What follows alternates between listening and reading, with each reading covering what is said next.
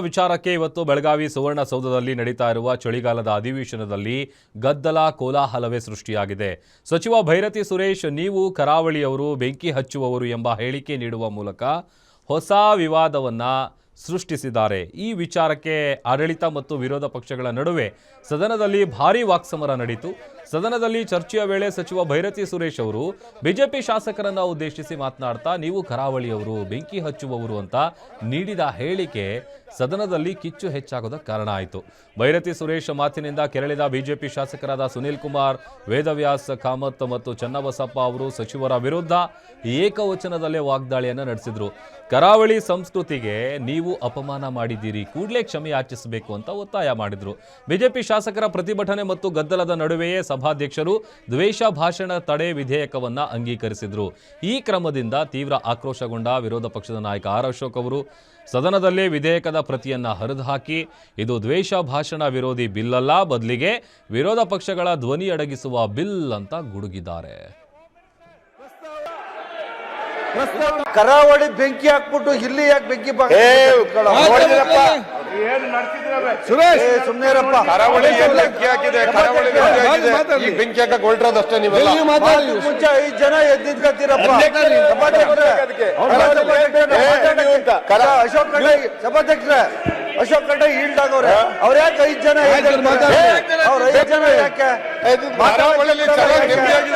ನಿಮ್ಗೆ ಭಯ ಇದೆ? ಇಲ್ಲ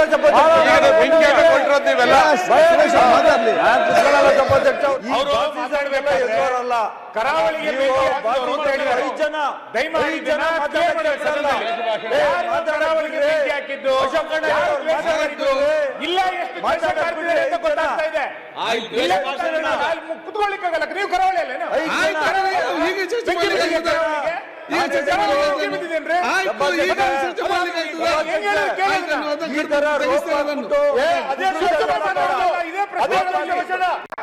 ಸಮಾಜಕ್ಕೇನು ಒಳ್ಳೇದಾಗಲ್ಲ. ಯಾರನ್ನೋ ಟಾರ್ಗೆಟ್ ಮಾಡಬೇಡಿ. ನಾಳೆ ಇದು ತಿರುಗ್ಬಾಣ ನಿಮಗೂ ಆಗುತ್ತೆ. ತಿರುಗ್ಬಾಣ ಎಚ್ಚರಿಕೆ ಇರಬೇಕು. ಇಂಥ ಕಾನೂನು ಮಾಡಬೇಕಾದ್ರೆ ಸಮಾಜಕ್ಕೇನು ಒಳ್ಳೇದಾಗಲ್ಲ. ಯಾರನ್ನೋ ಟಾರ್ಗೆಟ್ ಮಾಡಬೇಡಿ. ನಾಳೆ ಇದು ತಿರುಗ್ಬಾಣ ನಿಮಗೂ ಆಗುತ್ತೆ. ತಿರುಗ್ಬಾಣ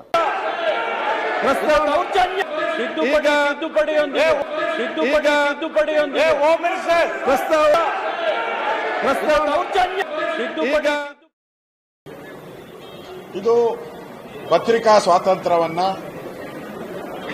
ರಾಜಕೀಯ ವಿಶ್ಲೇಷಕರನ್ನ, ಎಲೆಕ್ಟ್ರಾನಿಕ್ ಮೀಡಿಯಾವನ್ನ, ಸೋಷಿಯಲ್ ಮೀಡಿಯಾವನ್ನ ಕಂಟ್ರೋಲ್ ಮಾಡಿ ಅವರ ಕಪಿಮುಷ್ಟಿಯಲ್ಲಿ ಇಟ್ಕೊಳ್ಳುವಂತ ಬಿಲ್ ಇದು. ಈಗಿರುವಂತ ಕಾನೂನೇನಿದೆ, ಕೇಂದ್ರ ಸರ್ಕಾರ ಮಾಡಿರುವಂತ ಕಾನೂನಲ್ಲೇ BNS ಇದರಲ್ಲೇ ಸಾಕಷ್ಟು ಈ ವಿಚಾರಕ್ಕೆ ಸಂಬಂಧಪಟ್ಟಂತೆ ಕಾನೂನು ಆಗಿದೆ. ಕೇಂದ್ರ ಸರ್ಕಾರನೇ ಮಾಡಿಬಿಟ್ಟಿದೆ ಎಲ್ಲ ರಾಜ್ಯಕ್ಕೆ ಸಂಬಂಧಪಟ್ಟಿದ್ದು. ಅದರ ಕಾಪಿನೂ ನಾನು ತೋರಿಸಿದ್ದೀನಿ. ಅದರಲ್ಲೇ ಏನೇನು ಶಿಕ್ಷೆ, ದ್ವೇಷ ಭಾಷಣಕ್ಕೆ ಏನೇನು ಶಿಕ್ಷೆ ಅಂತ ಹೇಳಿದ್ದಾರೆ. ನಾವು ಅದು ಅಷ್ಟಿದ್ರೂ ಕೂಡ ಸ್ಪೀಕರ್ಗೆ ಗೌರವ ಕೊಟ್ಟು ನೀವು ಚರ್ಚೆಗೆ ಅವಕಾಶ ಕೊಡಿ, ನಾವೆಲ್ಲ ಚರ್ಚೆ ಮಾಡ್ತೀರಿ. ಆಮೇಲೆ ಇದನ್ನ ಸದನ ಸಮಿತಿಗೆ ಒಪ್ಪಿಸಬೇಕು. ಸದನ ಸಮಿತಿಯಲ್ಲಿ ಎಲ್ಲಾ ಪಾರ್ಟಿಯವರು ಇರ್ತಾರೆ, ಚರ್ಚೆ ಆಗಲಿ. ಯಾವುದೇ ಕಾರಣಕ್ಕೂ ಈ ಬಿಲ್ಲು ಸಮಗ್ರವಾಗಿ ಚರ್ಚೆ ಆಗಬೇಕು. ಒಪ್ಪಲ್ಲ. ಮಾನ್ಯ ಅಶೋಕ್ ಅವರು ಹೇಳಿದ್ರು, ಇವತ್ತು 1975ರ ತುರ್ತು ಪರಿಸ್ಥಿತಿಯನ್ನು ನೆನಪು ಮಾಡುವಂತ ಕೆಲಸವನ್ನ ಇವತ್ತು ಕಾಂಗ್ರೆಸ್ ಪಕ್ಷ ಸರ್ಕಾರ ಮಾಡೋದಕ್ಕೆ ಹೊರಟಿದೆ. ಎಲ್ಲೋಗಿತ್ತು ನಿಮಗೆ? ಬೆಂಗಳೂರಿನ ವಿಧಾನಸೌಧದಲ್ಲಿ ಪಾಕಿಸ್ತಾನ್ ಜಿಂದಾಬಾದ್ ಅಂತ ಹೇಳಿದಾಗ ಎಲ್ಲೋಗಿತ್ತು ನಿಮಗೆ ತಾಕತ್ತಿ ಸರ್ಕಾರಕ್ಕೆ? ಇಂಥ ಲಜ್ಜೆಗೆಟ್ಟ ಕಾಂಗ್ರೆಸ್ ಸರ್ಕಾರ ಇವತ್ತು ಪಾಕಿಸ್ತಾನ್ ಜಿಂದಾಬಾದ್ ಅಂತ ಯಾವನು ಘೋಷಣೆಗೆ ಹೋಗಿದ್ದ ಅವನು ಒದ್ದು ಒಳಗಾಕಬೇಕಾಗಿತ್ತು. ಅದನ್ನ ಇವ್ರು ಮಾಡಲಿಲ್ಲ ಕಾಂಗ್ರೆಸ್ ಸರ್ಕಾರ.